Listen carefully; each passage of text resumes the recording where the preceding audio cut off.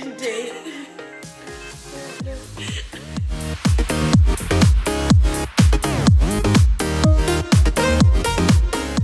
Hey guys, it's Viv and G. Welcome to our channel. So we're so sorry that we missed last week, but we are now back from Cancun, and this one is now a Mrs. Yay! So exciting. We had an amazing time. The week went by way too fast, but the wedding was so amazing. Blink of an eye, and it was the most magical week of my life. Yes. So I'm so happy. But I'm so happy to be back too, recapping The Bachelorette. Even though you're no longer a bachelorette. And I did not catch the bouquet, so I'm not next. I was looking for her in the crowd when I went to throw it. She didn't catch it. So we just finished watching The Bachelorette with Becca, episode 9. And this week they went to Chiang Mai, Thailand. I hope I said that correctly. And it was 3 one-on-ones as Colton got eliminated last week on the hometown dates. And it was really beautiful out there. It was. So beautiful. The temples, the colors, how they go canoeing. Like, I don't know, just so much culture. So amazing. It looks so amazing. That's definitely a spot that I now want to visit, for yes, sure. on the checklist. So the first one-on-one was with Blake. And it was really cute. Blake's adorable. They both said that they really missed each other. And they went on this trail where it was a sacred trail, so they couldn't touch each other. Which was very hard for both of them, and I think it would be hard for me as well. Like, you haven't seen this person in like a week or so, and you can't even touch them for the whole trail. Touch, nothing. Mind you, they were right like at the entrance of the trail, so of course he didn't know this. He like runs, they're like just all over each other kissing. She jumps on him, and then she's like, oh, by the way, in like 2 feet, no more of this. But the weird thing is I felt like they were like super close, and I was getting mad at them. I was like, guys, it's a sacred trail, get away from each other. When they first walked in, they were holding hands. I was like, let go. Like, that's such bad luck and bad like juju for their relationship. Like, no. But it was a really cute little date, and they got to the top of the temple, and they were like meditating and praying, and it was very calming. So the night part of the date, things got really intense between Blake and Becca. You could tell that he's still really in his head. He's super duper in his head. Yeah, he's not knowing where things are going, what to think, and it's been really difficult for him.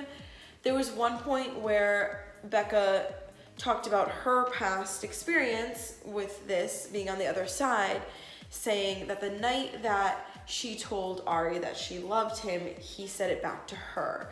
And I feel like in that moment when she said that to him, his face just kind of dropped, and he was like, wait, when I told you I loved you, you didn't say it to me. I could just feel like that's what he was thinking in his head, and I feel like it didn't calm him down at all. No. But, I mean, the conversation did end up pretty good, right? It was really sweet. I mean, like, it ended up turning in the right direction. One of the things that I loved most of what Blake said was, I don't look for reasons to leave, I look for reasons to stay. And that's such a good husband material quality. Oh my God, yeah. People easily leave. I mean, if you look at the stats in the US, it's like, 1 in every 2 couples divorce after a couple of years. It's sad. It is so sad. So to have a guy that will look and search for reasons to just stay and not look at the negative, golden ticket. Yeah. If he doesn't win, next Bachelor. For sure. Yes, fighting for that relationship and fighting for that marriage is the number one thing that she should be looking for. Absolutely. And their chemistry is fire. Yes. Hashtag lit. So the end of that date, that one-on-one with Blake and Becca, she gave him the key, he accepted, and they had their overnight. Super cute. They woke up the next day, just like lovey-dovey. So adorable. So cute. Second one-on-one date was with Jason. And the date started off really cute, but something that was so gross is they started eating these like crickets and bugs, which I was like not about. And it was so funny because he was like, oh, I hope there's some sauce for this. Actually, I'm not gonna lie, I feel like I am down to trying like weird ethnic foods. But no, I don't know. He's right. I would want like a dipping sauce or something. Yeah, something to like mask that you're eating bugs right now. Like, Oh, it was so funny. So they're continuing their day, having a lot of fun, and all of a sudden they're like walking out of this building, and Becca starts commenting about this staircase and how it, you know, could she pull this staircase off in her future home? And then Jason commented in and was like, oh yeah, we could pull that off. And just like that, she was like, wait, our future home? Like, I actually can't picture a home with this guy. Like, she just went like blank. Like, it was crazy. Like, I haven't seen her react like that this whole season. yeah. And she kind of pulled herself away. She went to go talk to her producer. Yes. And she was just like, I don't know why I'm so in my head right now. Like, I don't know why I'm feeling this way. I'm feeling so strange. And she didn't know what to do when she realized that I don't know if I see a future with this guy. It was crazy. So now they're at the night part of their date and they're having dinner and they're talking and Jason's being really sweet to her and saying all these great things. And at that moment, you could tell Becca was just not into it. So out of it. Yeah, and I was just like, oh my God, just stop him, because I didn't want him to get hurt anymore. I just wanted her to like send him home in that moment so he wouldn't keep confessing all his feelings to her. Yeah. And then she ended up stepping away again. It was really, like, honestly, kind of awful to watch. Mm-hmm. I mean, seeing a guy pouring his love out, and like, throughout the season, Jason has always said, like, I've always had such a guard up, like, I'm gonna finally let it down, and he is, and it's like, this girl's checked out, and it's, obviously for us it's obvious, because we, got to see behind the scenes when she walks away and everything, but it was just, I felt my heart went out for Jason in that moment. Yeah, for sure. So, in the end, she ends up sending Jason home. He really didn't want to go. He was really fighting for that relationship. He really was. Like, he was like, what did he say exactly? Something about, like, you'll never know if you don't at least try. Something along the lines of that. Yeah. And it was just sad. Like, he was trying. Yeah. But you know what also kind of caught me off guard is when he did get into the limo. And not all guys are emotional, so I'm not going to judge him.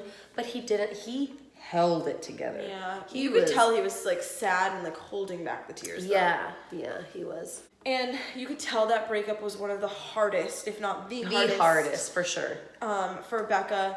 She even said, I don't even know what I'm doing right now. Like, what did I just do? And she said, he's one of the best men I know. And that is so great, like, to hear. I mean, she genuinely had, like, love for him, just not falling in love with him. Right, and that happens. Like, he can be such a great guy that she just maybe doesn't see that with him. So I'm hoping that, like, him looking back at this now, maybe that gave him a little bit more closure than it did originally when they talked. Yep. So the third date was with Garrett, one of my favorites. Actually, to be honest with you, they're all my favorites right now. I don't have a favorite. But the date started with Becca took him on these, like, bamboo rafts.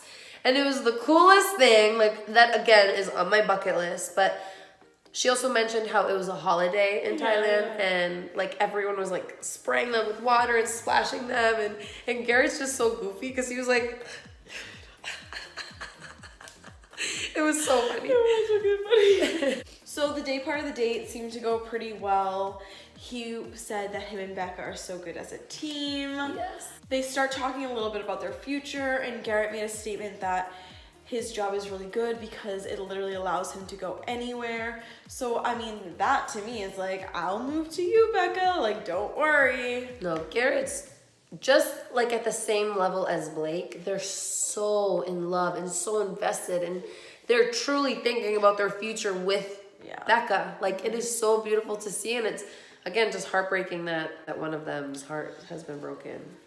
One thing that Garrett said was he's never been so happy in his entire life, which I made the comment to Viv and I was like, oh yeah, what about your wedding day? But I mean, obviously that relationship didn't work out, but it still was kind of a funny comment to me. I don't know.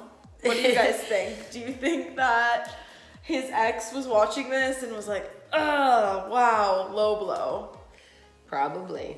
All the exes are watching. No doubt in my mind that they're all watching, including Allie Raceman. But Garrett is so sweet. He said, He is. I have a great life ahead of me for sure if I end up with her, which is just so heartwarming for sure. He's so cute. They're both just so cute. So yeah, so one thing led to the next. We're at the night part of the day and they're both just talking about how much they really care about each other. And it was so beautiful to just hear.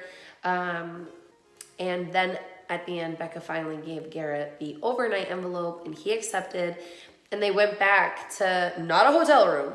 I mean, it could have been a hotel room, but it was a hotel tent. Yeah. A tent with the inside of another tent looking thing. But it was still super cute. It was. Like, the chemistry those two have, they're just so cute. I can't say anything else except for they're just adorable. Yeah, and they woke up in the morning really adorable, like you said, and Garrett made a little joke and he was like, oh, is this what glamping's like?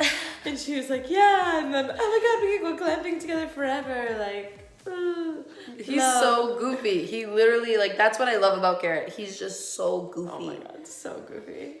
So, the most dramatic part of this episode was Jason coming back to Becca's hotel room to talk to her. And like we said earlier, he did not want to take no for an answer. Like, he's really in love with this girl. Yeah, he really is fighting for their relationship.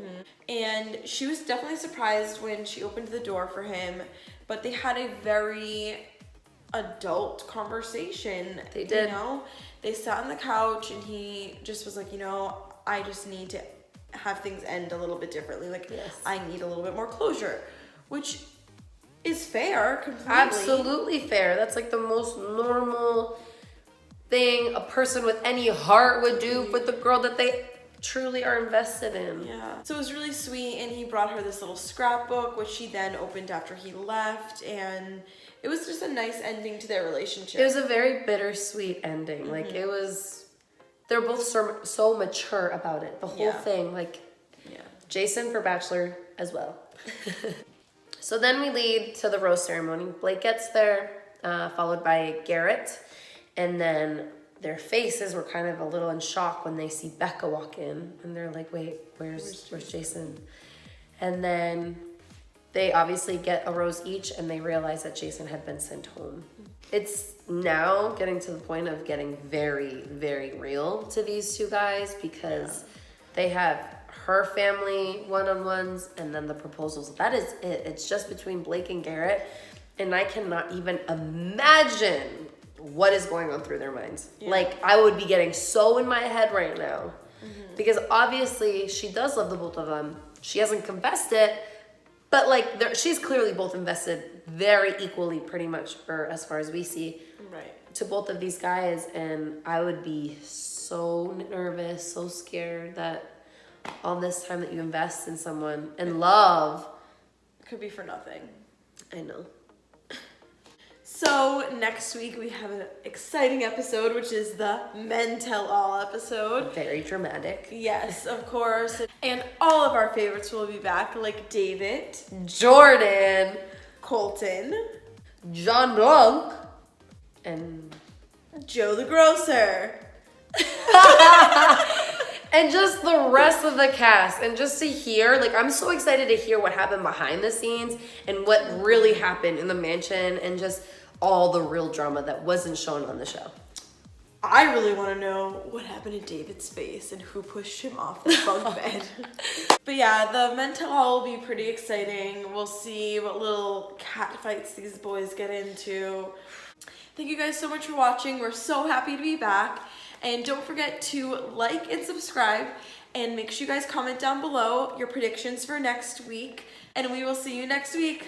Bye.